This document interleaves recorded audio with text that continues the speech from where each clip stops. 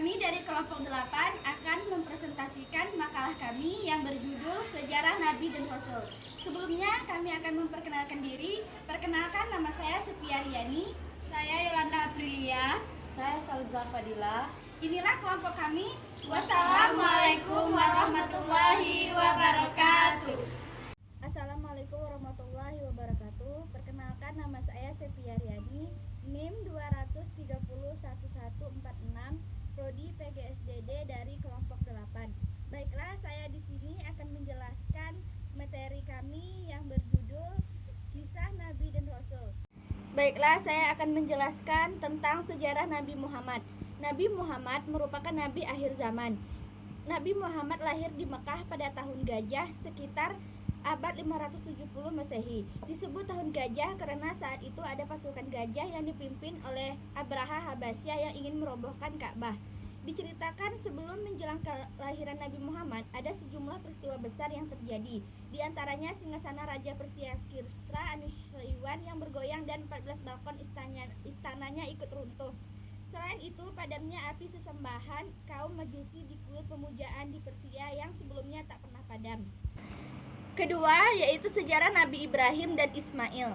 Tepatnya pada malam 8 Zulhijjah, Nabi Ibrahim bermimpi didatangi seseorang yang membawa pesan dari Tuhan yang berisi perintah untuk menyembelih Ismail, anaknya Nabi Ibrahim.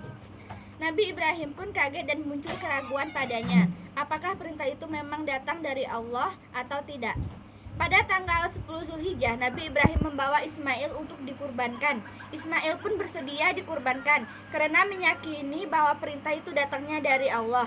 Selama di perjalanan, Nabi Ibrahim dan Hajar diganggu setan yang ingin menggagalkan rencana tersebut. Mereka kemudian melempar setan yang menggoda dengan batu. Lalu, pada tanggal 10 Zulhijjah, Ismail dikurbankan, namun tiba-tiba parang yang sudah ditajamkan menjadi tumpul. Kemudian Allah gantikan dengan seekor domba atau kambing. Karena peristiwa tersebutlah maka diperingati pada hari raya Idul Adha atau hari kurban. Demikianlah penjelasan dari saya. Apabila ada kesalahan, saya mohon maaf. Saya akhiri dengan wabillahi taufiq wal hidayah. Wassalamualaikum warahmatullahi wabarakatuh. Baiklah, saya akan melanjut materi yang dibahas oleh Sepia Riani. C. Sejarah Nabi Musa dan Sulaiman. Nabi Musa alaihissalam lahir di Mesir pada masa pemerintahan Fir'aun yang sangat zalim. Salah satu kezalimannya adalah menyembelih anak laki-laki yang baru lahir. Hal ini dilakukannya karena percaya akan ramalan dakwah tatanya akan diganti oleh seorang laki-laki yang bukan keturunannya.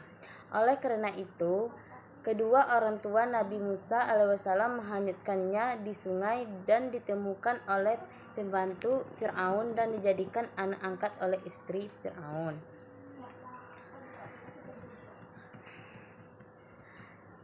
Nabi Musa alaihissalam kemudian menyadari dirinya bagian dari bangsa Bani Israel dan ingin membebaskan bangsanya dari Fir'aun. Setelah mendapatkan wahyu di lembah Tuan, Nabi Musa alaihissalam berangkat ke Mesir untuk berdakwah. Ketika menghadapi Fir'aun, Nabi Musa alaihissalam diminta menunjukkan dirinya adalah seorang nabi.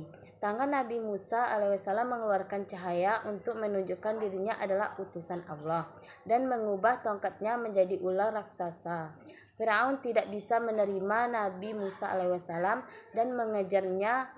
Ketika Fir'aun mengejar Nabi Musa alaihissalam hingga Laut Merah, Nabi Musa mengetuk tongkatnya hingga laut menjadi terbelah sehingga Nabi Musa alaihissalam dapat menyeberanginya.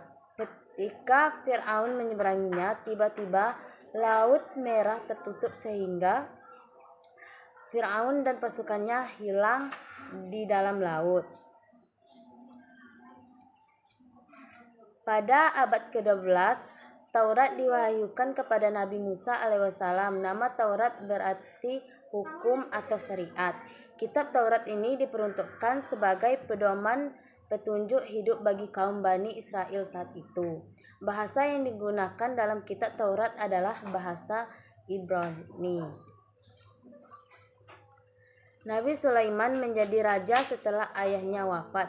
Pada waktu itu, Ia baru berusia 13 tahun.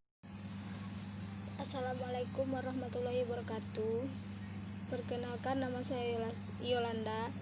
Di sini saya akan menjelaskan sejarah Nabi Yusuf dan Nabi Nuh. Sejarah Nabi Yusuf.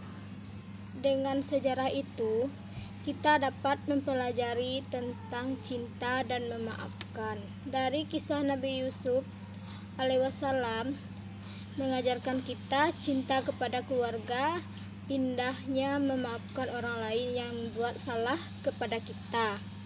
Menjadi pengajaran yang sangat baik dalam hidup kita. Seperti pada saat suatu malam, Nabi Yusuf melihat 11 bintang dan matahari bersujud kepada dirinya. Setelah itu, Nabi Yusuf menceritakan itu kepada ayahnya, dan Nabi Yusuf disuruh oleh Nabi Yakub juga menceritakan tentang itu kepada semua orang.